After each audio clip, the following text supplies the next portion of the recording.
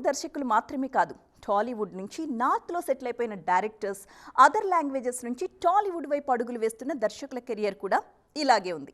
చేతిలో ఒక్క సినిమా తప్ప మరే ప్రాజెక్ట్ నియర్ ఫ్యూచర్లో కనిపించట్లేదు.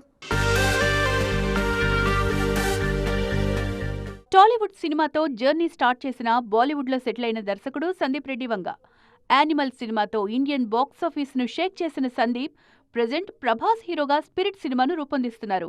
ఆ తర్వాత మహేష్తో మూవీ ఉంటుందన్న ప్రచారం జరుగుతున్నా అఫీషియల్ కన్ఫర్మేషన్ మాత్రం లేదు. కేజీఎఫ్తో బ్లాక్ బస్టర్ అందుకున్న ప్రశాంత్ నీల్ వరుసగా టాలీవుడ్ హీరోలతోనే సినిమాలు చేస్తున్నారు.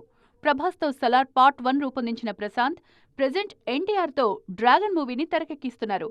ఈ సినిమా తర్వాత సలార్ 2 పట్టాలెక్కిస్తారన్న ప్రచారం జరుగుతోన్నా అల్లు అర్జున్, రామ్ చరణ్ లాంటి హీరోలతోనే మూవీస్ ప్లానింగ్ లో ఉన్నాయన్న ప్రచారం జరుగుతోంది.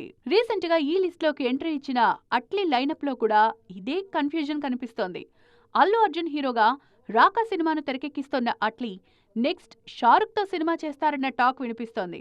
అదే సమయంలో కోలీవుడ్ లో క్రేజీ ప్రాజెక్ట్స్ ప్లాన్ చేస్తున్నారన్న ప్రచారమూ జరుగుతోంది. కానీ దేనికి అఫీషియల్ అనౌన్స్మెంట్ మాత్రం లేదు.